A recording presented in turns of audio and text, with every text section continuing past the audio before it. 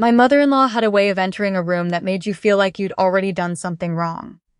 She didn't knock. She never knocked. That morning, she walked into the kitchen where I was standing at the counter with a half-eaten piece of toast and a coffee I hadn't touched yet, and she looked at me the way you look at a stain on a carpet you've been meaning to deal with. "We need to talk about the situation," she said. That was how she referred to me. The situation. She pulled out a chair at the kitchen table, the table I had refinished myself 2 summers ago when the wood started warping, and sat down with the kind of slow deliberateness that meant she'd been rehearsing. My husband was at work. My father-in-law was somewhere in the back of the house. The kids weren't up yet. She had timed this. "My son needs space to build his life," she said. "You're not helping him do that. You're an anchor. You know that, right? You've always been an anchor." I held my toast. I didn't say anything.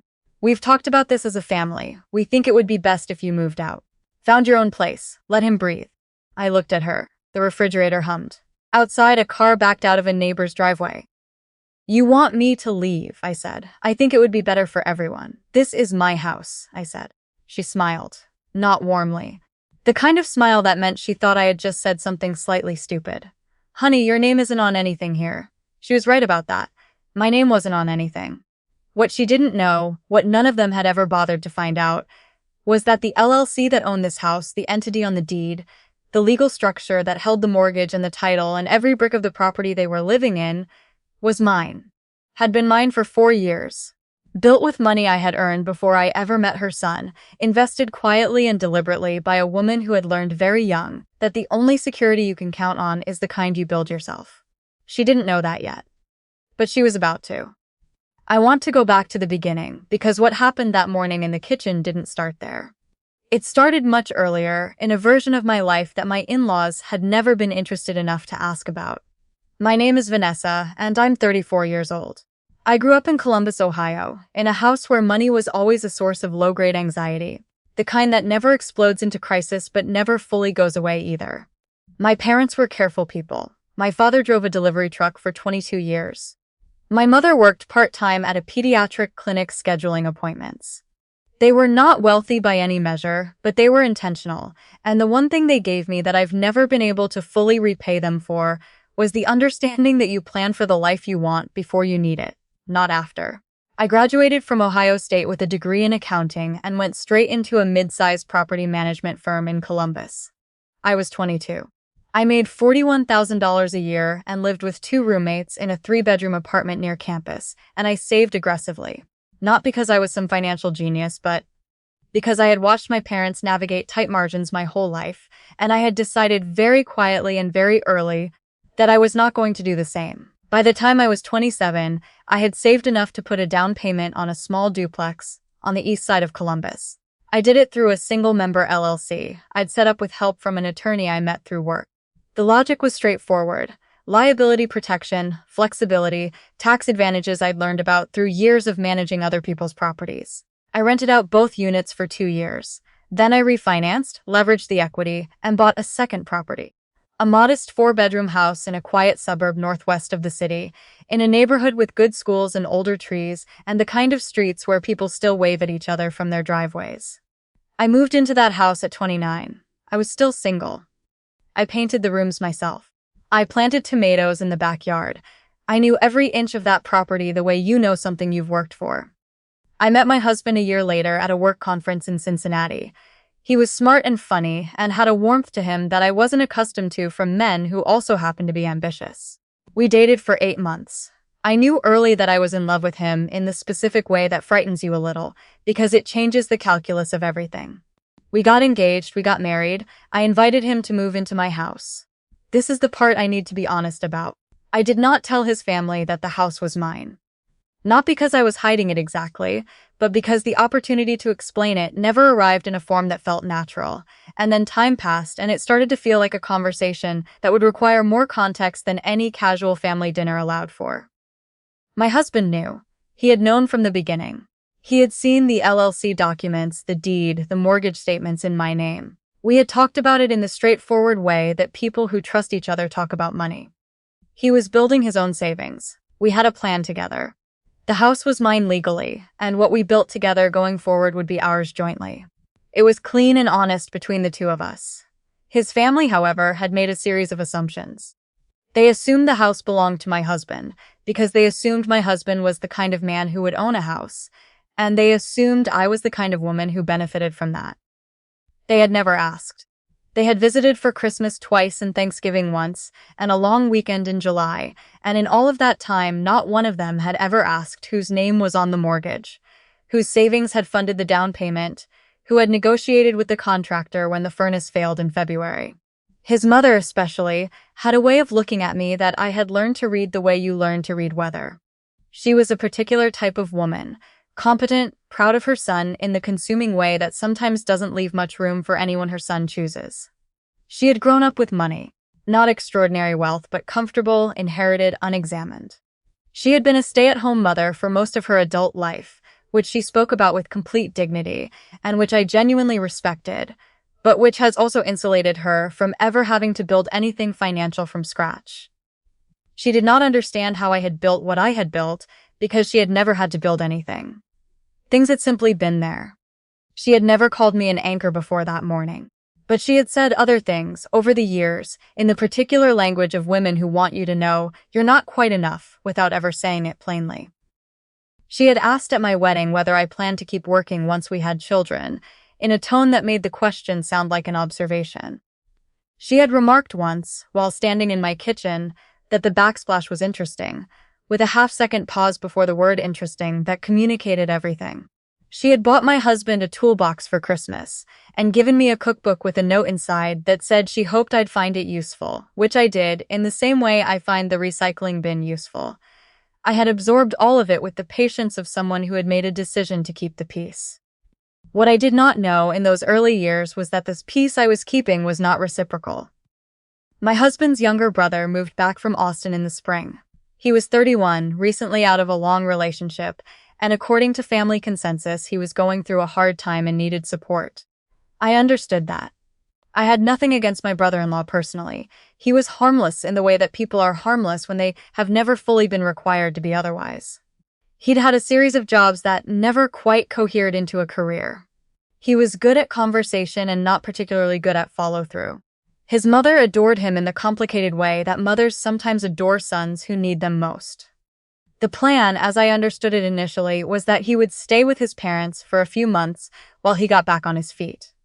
What I did not know was that his parents' house had a second mortgage problem. What I did not know was that there had been a family conversation, a conversation I was not part of, in which it was agreed that my brother-in-law would instead come and stay with us, in the house with the good schools and the older trees, because we had more space. And that conversation had apparently also included the idea that if space was an issue, the wife could always go. I found this out the morning my mother-in-law sat down across from me at my kitchen table and called me an anchor. I packed a bag that night, not because I had to. Not because I believed for a single second that she had the legal or moral authority to remove me from my own property, but because I needed to be somewhere quiet enough to think, and that house in that moment was not quiet. My husband came home 2 hours after his mother left. I was sitting on the edge of the bed with my duffel bag half-zipped and my hands very still in my lap. He looked at the bag, he looked at me. He said very carefully, "What happened?" I told him. The expression that crossed his face was one I hadn't seen before, not anger exactly, and not surprise exactly, but a particular kind of grief that comes when you realize the people you love are capable of something you'd hoped they weren't. He called his mother immediately. I heard his voice through the wall, low, controlled, the tone of a man choosing his words. I didn't hear what she said back. I heard him say, at one point, "You don't understand what you're talking about," which is a sentence that takes on a very specific weight when the thing being misunderstood is who owns the house you're standing in. He came back into the bedroom and sat beside me. He said, "I'm sorry." "She had no right." "She doesn't know," I said. "About the LLC she doesn't know," he agreed. I thought about that for a moment. Maybe it's time she did. I drove to a hotel about 12 minutes away. Not because my husband asked me to, and not because I was afraid, but because I wanted the clarity that comes from distance. Some decisions should be made in rooms where the air is different. I sat on the hotel bed with my laptop and my coffee, and I looked at the documents I had organized years ago with the kind of careful attention that no one had ever seen or asked about. The LLC formation papers, the deed, the closing documents from 2019, the mortgage statements, the property tax records. All of it clean and current and entirely in order. Then I called my attorney. She picked up on the second ring. I told her what had happened. She was quiet for a moment. Then she said, "Well, do you want them out or do you want them to understand?"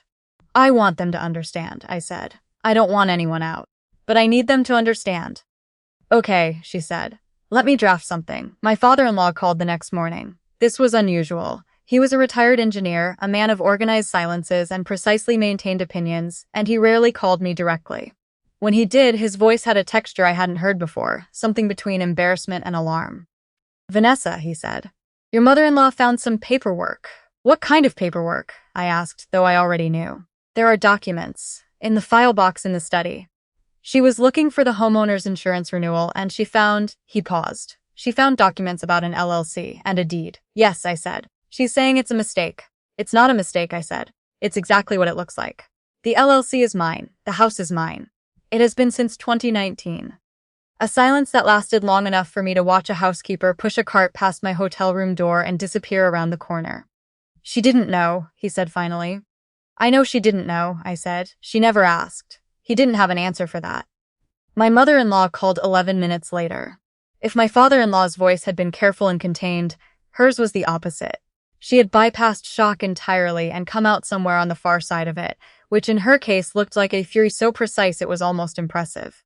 She told me there had been an error in the paperwork. She told me that her son's name should be on the deed. She told me that a wife moving assets into her own name before a marriage was something she had a few words about, and she used several of those words. I waited. She used the word anchor again. Twice.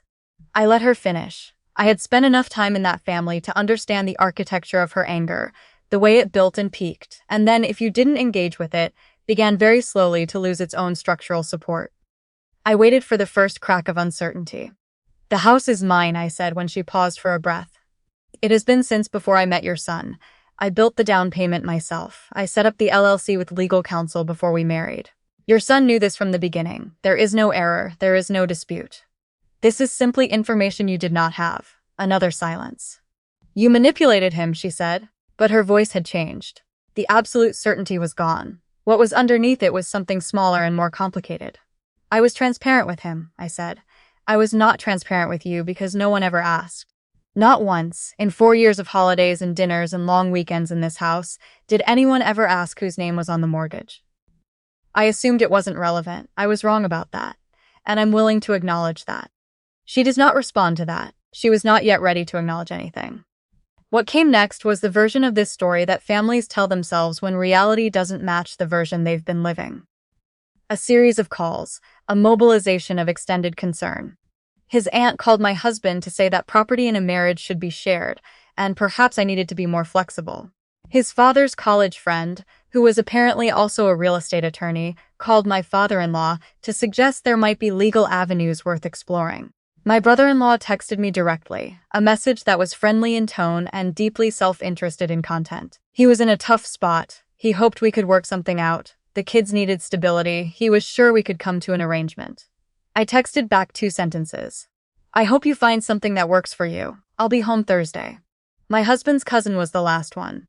She was closer to my age, the only member of his extended family I'd ever genuinely liked, and when she called, she didn't try to negotiate. She said, "Is it really yours?" And when I said yes, she laughed, a short, surprised sound, and said, "Good for you, honestly, good for you." I drove back on Thursday morning, not because I had reached some dramatic decision, not because I had a speech prepared, but because it was my house and I had been gone long enough. My mother-in-law was in the living room. My father-in-law was in his usual chair. My brother-in-law was in the kitchen with a cup of coffee and an expression like a man trying to figure out which way the wind was blowing. My husband met me at the door. He took my bag. He squeezed my hand in the way that means more than any sentence. I sat down in the living room. No one spoke first, which was unusual, because in that family someone was always speaking. So I did. I told them that I had no intention of removing anyone from the property. I said that clearly and I meant it. I told them that what I was asking for was simpler than an eviction and harder than an apology. I was asking to be seen accurately.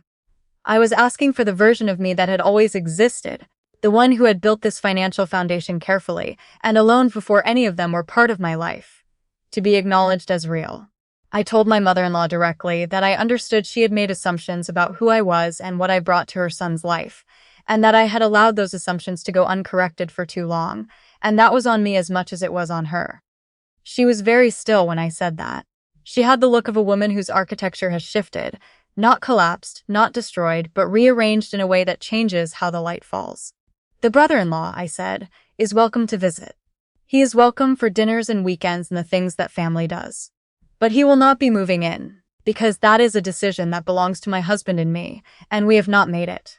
My mother-in-law looked at her son. He looked back at her with the quiet steadiness of a man who has chosen. She cried. I had seen her cry before in the way that people cry to win rooms, but this was different. This was smaller and more private. The kind of crying that happens when something you believed about the world turns out to be wrong. I didn't feel victorious watching it. I want to be honest about that. What I felt was something closer to tired, and underneath that, something I couldn't name for a moment.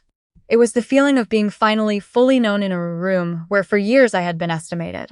I set out what I needed, not repayment. I had never needed repayment. Not a formal apology that would sit uncomfortably for everyone.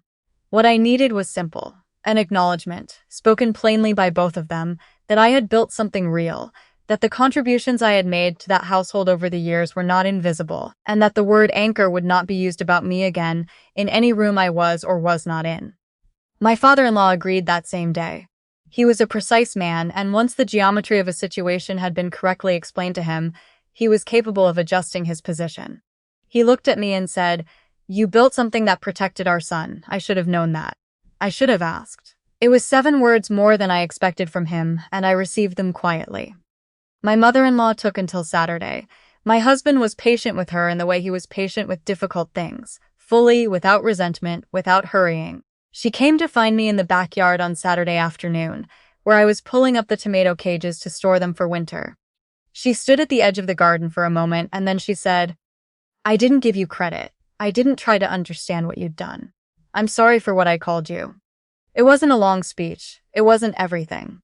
But it was real, in the same way her tears on Thursday had been real, and I had learned by then to take real things seriously even when they arrived late.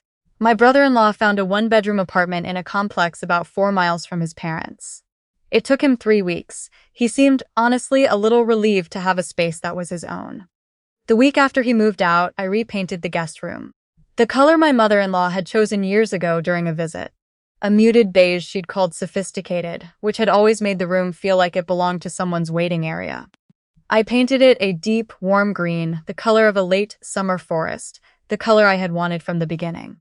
I hung a framed print my mother gave me years ago above the dresser in that room. My mother, who had worked a part-time scheduling job and raised me in a house where money was managed carefully and nothing was taken for granted. The print said something simple, just a line about standing on your own ground, that I had always loved and never had a wall right for until now. That evening my husband made dinner. Nothing elaborate, pasta, salad, garlic bread, because he knows I can't say no to it. We ate at the kitchen table, and the light came through the windows at the angle it does in late October, the kind of pale golden light that makes everything look deliberately framed. I thought about what my mother-in-law had said. An anchor, the word she had chosen to diminish me. I turned it over in my mind while I ate, and what I found on the other side of it was this. Yes, I am an anchor. I have been from the beginning. Not the kind that holds something back, but the kind that holds something in place, steady, deliberate, invisible until the storm comes, and then suddenly, entirely necessary. That's what I had built. That's what they hadn't seen. I poured myself another glass of wine and let the pasta go warm, and thought about how long I had sat in that house being underestimated, and how quietly it had ended, and how the quietness of it was maybe the most honest thing about me there had ever been.